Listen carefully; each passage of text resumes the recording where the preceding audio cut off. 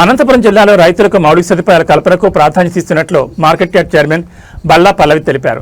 రైతుల సంక్షేమం దృష్టిలో పెట్టుకుని సొంత నిధులతో ఉచితంగా భోజనాలు, త్రాగునీరు, విశ్రాంతి గదులు కల్పించేందుకు ప్రాధాన్యత ఇస్తున్నట్లు స్పష్టం చేశారు.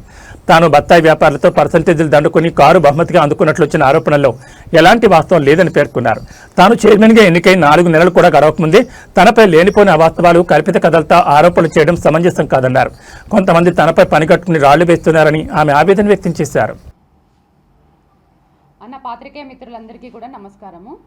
నేను మార్కెట్ యార్డ్ చైర్మన్ అయ్యి ఇప్పటికి 4 నెలలు పూర్తి అయింది. అందుకనే మీ దగ్గర ఇక్కడ చేస్తున్న అభివృద్ధి, ఇంకా చేయాల్సినవి ఏమున్నాయి, తర్వాత ఎక్కడైనా కూడా మంచి జరుగుతున్నప్పుడు చెడు కూడా ఖచ్చితంగా మాట్లాడుకునే పరిస్థితి ఉంటుంది. కాబట్టి దానిపైన క్లారిటీ ఇవ్వాలి అనే ఉద్దేశంతో ఈరోజు ప్రెస్ మీట్ పెట్టడం జరిగింది. ముఖ్యంగా నేను ఇక్కడికి వచ్చిన తర్వాత ఈ 4 నెలల కాలంలో నేనేం చేశాను అనేది ఫస్ట్ చెప్పుకొని, తర్వాత ఏం చేయాలనో చెప్పుకొని, తర్వాత బయట ఇప్పుడు ఏవైతే వస్తున్నాయో దానికి నేను సమాధానం ఇవ్వడానికి రెడీగా ఉన్నాను. అయితే ఫస్ట్ ఆఫ్ ఆల్ నేను ఇక్కడికి వచ్చిన తర్వాత రైతులకి ఇక్కడ ఉన్నటువంటి మౌలిక సదుపాయాలు ఏవైతే ఉన్నాయో వాటిని అవి లేక గతంలో ఉన్నటువంటి ప్రభుత్వము అవి పట్టించుకోక ఈరోజు వాటికి అంటే నేను ఇప్పుడు మార్కెట్ కమిటీ జరుగుతున్నది, ఈరోజు అభివృద్ధి జరుగుతుంది అంటే అది రైతుల నుంచే జరుగుతుంది. కాబట్టి ఫస్ట్ వాళ్ళకి మౌలిక సదుపాయాలు ఏర్పాటు చేయాలనే ఉద్దేశంతో నేను వచ్చిన రోజు నుంచి ఈ రోజు వరకు కూడా బాత్రూమ్లు అంటే టాయిలెట్స్ విషయంలోనైతేనేమి, రెస్ట్ రూమ్స్ విషయంలో అయితేనేమి, ఫుడ్ విషయంలో అయితేనేమి, వాటర్ విషయం, ఈ 4 మీద నేను వచ్చిన రోజు నుంచి ఫైట్ చేస్తూ ఉచితంగా గతంలో బడ్జెట్లో నుంచి బిల్లులు చేసుకున్నా కూడా రైతుల నుంచి 10 రూపాయలు వసూలు చేసి భోజనాలు పెట్టిన పరిస్థితి. అయితే నేను వచ్చిన తర్వాత ఫ్రీగా భోజనాలు పెడుతున్నాం. ఈరోజు ఫ్రీగా పెడుతూ కమిటీకి సంబంధం లేకోకుండా ఇప్పటి వరకు బడ్జెట్ కూడా కమిటీకి లేకపోయినప్పటికీ నేను వచ్చినాక రైతులకు అడున్నటువంటి సమస్యలను గుర్తించి వాళ్ళకి భోజనం అనేది చాలా అవసరము అని చెప్పి భోజనం ఏర్పాటు చేయడం జరిగింది.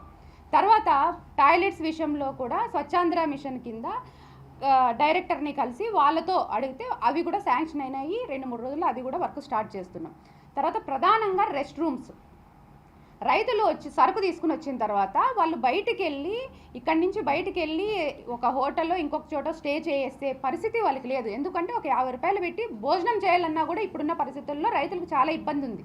అయితే నేను వచ్చిన తర్వాత ఈ రెస్ట్ రూమ్స్ అనేది ఉంది కదా, దాన్ని ఎందుకు వాడట్లేదు ఏమి అని పోయి అక్కడ చూసినట్టయితే గత ప్రభుత్వంలో ఏ రోజు కూడా కనీసం డోర్ ఓపెన్ చేయలేని పరిస్థితి. రెస్ట్ రూమ్స్ ఉన్నాయి, వాటిని ఏ రోజు కూడా ఒక డోర్ కూడా ఓపెన్ చేయలేని పరిస్థితుల్లో ఉన్నాయి. దానికి వాటర్ లేదు, కరెంట్ లేదు, ప్లంబింగ్ ఏది కూడా లేదు, నిరుపయోగంగానే పడిపోయినాయి.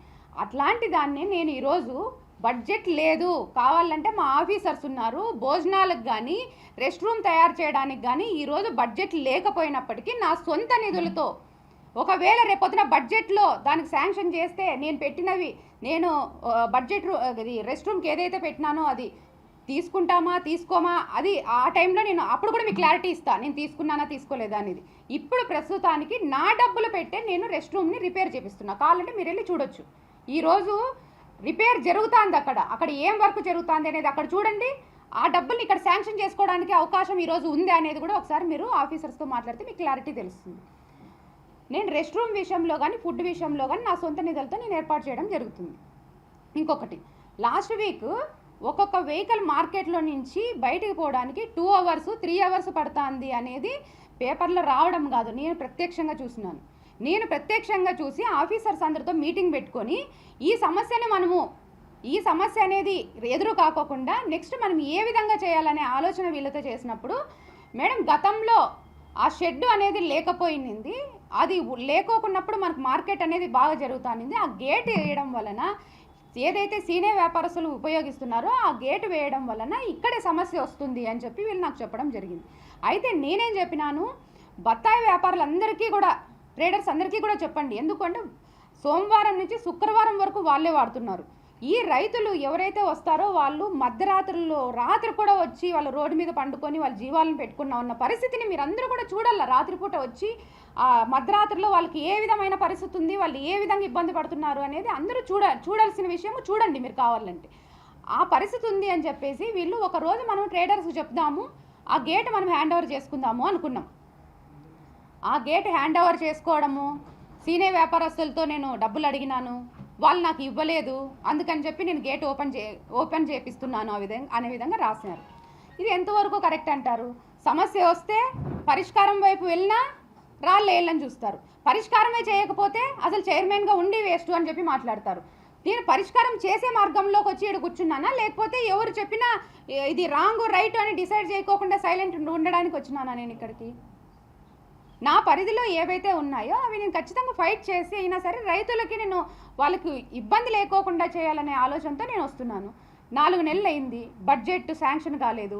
ఏదైనా వర్క్ తీసుకుని పోయి ముందుకెళ్ళి తీసుకుని వద్దాము అంటే మాకు ఇప్పుడు పైన ఆఫీసర్స్ కమిషనర్ గారు లేరు పైన, అక్కడి నుంచి రావాలా. సరే ఈ టైం అంతా నేను వేస్ట్ చేసుకుంటే నాకు వచ్చిన అవకాశం ఎంతవరకు నేను ఉపయోగించుకోగలుగుతాను? నేను ఆ టైం వేస్ట్ అనేది జరగకూడదు, నా డబ్బులు పోయినా సరే అభివృద్ధి అనేది ఇక్కడ జరగల్లా కనపడాలనే ఉద్దేశంతో నేను ఫైట్ చేస్తుంటే ఈరోజు సీనే వ్యాపారస్తులతో డబ్బులు తీసుకున్నామంటారు, సీనే వ్యాపారస్తులు నాకు కారు కొనిచ్చినారంటారు, నేను పశువులన్నింటినీ నేను ఎక్కువ వేసి ఏ రోజు లేని సమస్య నేను వచ్చిన తర్వాతనే వచ్చిందా, లేకపోతే నేను వచ్చిన తర్వాత నేను ఏదైతే భోజనాలు పెడుతున్నానో, ఏదైతే రెస్ట్ రూమ్ రెడీ చేపిస్తున్నానో, ఏదైతే కమిటీకి రావాల్సిన ఆదాయాన్ని నేను పెంచుతున్నానో, బాడీలు ఇంతవరకు కట్టనివి పట్టించుకోకుండా ఉన్నటువంటివి నేను నా దృష్టికి తీసుకుని వచ్చి వాళ్ళందరినీ కూర్చోబెట్టి మాట్లాడుతున్నాను. రైతులకు డబ్బులు కట్టలేనటువంటి వాళ్ళందరినీ కూడా సమస్యలని ఇక్కడ నా ఆఫీస్ వరకు వచ్చిన ప్రతి రైతన్న కష్టాన్ని నేను తీర్చడానికి నా వంతు కృషి చేస్తుంటే మీకు కావాలంటే సలహాలు ఇవ్వండి, నేను ఏదైనా తప్పు చేస్తే నన్ను వివరణ అడగండి, నేను ఏ దానికైనా మీకు ఆన్సర్ చేయడానికి రెడీగా ఉన్నాను. ఇంతవరకు ఈ ఆఫీస్లో ఏ చైర్మన్ కూడా నా అంత టైం కూర్చొని ఎవరికి కూడా ఆన్సర్ చేసిన పరిస్థితి లేదు. ఈరోజు డైరెక్ట్గా నేను నా ఇంట్లో కూర్చుంటాను, మీరే మార్కెట్లోకి వెళ్ళండి, రైతులతో మాట్లాడండి, రైతులను అడగండి. 15 ఏళ్ళు 20 ఏళ్ళ నుంచి కంటిన్యూగా రైతులు ఇక్కడికి వచ్చే రైతులు ఉన్నారు, వాళ్ళని అడగండి గతంలో ఎట్లాంటి పరిస్థితి ఉంది, ఈరోజు ఎలాంటి పరిస్థితి ఉంది అనేది. అంటే ఒక మహిళ కదా, నేను ఏమైనా అనొచ్చు, ఏమైనా అన్న పడతాను. అంటే అభివృద్ధి చేసినా కూడా మీరు రాళ్ళేస్తే నేను మీ అభివృద్ధి మీరు జరిగింది నాకు మీరు ఎవరు నాకు సన్మానాలు పొగడ్తలు నాకు అవసరం లేదు. నా రైతన్నలు ఎవరైతే ఈ మార్కెట్కి వస్తున్నారో వాళ్ళు సంతోషంగా ఇక్కడ వ్యాపారం చేసుకొని వాళ్ళు సంతోషంగా ఇంటికి చేరుకోగలిగితే అదే నాకు పెద్ద సన్మానం లాగా నేను భావిస్తాను. మా తెలుగుదేశం గవర్నమెంట్ వచ్చిన తర్వాత గత వైసీపీలో జరిగినటువంటి వర్కులు ఏవైతే ఈరోజు మధ్యలో ఆపేసిపోయినారో వాటికి గతంలో బిల్లులు ఏ రోజు జరగలేదు. కానీ తెలుగుదేశం గవర్నమెంట్ వచ్చిన తర్వాతనే వాటికి బిల్లులు ఈరోజు కాంట్రాక్టర్లకి బిల్లులు రావడం జరిగింది. ఇవన్నీ ఈ పాజిటివ్ అనేది ఎవరైనా మాట్లాడుతున్నారా, రాస్తున్నారా దీని మీద? గత ప్రభుత్వంలో 2014 నుంచి 19 వరకు జరిగిన వర్కులకి, తెలుగుదేశం గవర్నమెంట్లో జరిగిన వర్కులకి వైసీపీ గవర్నమెంట్ వచ్చిన తర్వాత ప్రతి ఒక్క వర్క్ మీద కూడా అలిగేషన్స్ చేసేసి కాంట్రాక్టర్ని ఇబ్బంది పెట్టిన పరిస్థితి. అదే తెలుగుదేశం గవర్నమెంట్ వచ్చిన తర్వాత ఏ కాంట్రాక్టర్కి వర్కులు మధ్యలో ఆగిపోయి బిల్లులు పెండింగ్ ఉన్నాయో అలాంటివి ఏవి కూడా ఇబ్బంది లేకోకుండా ఈరోజు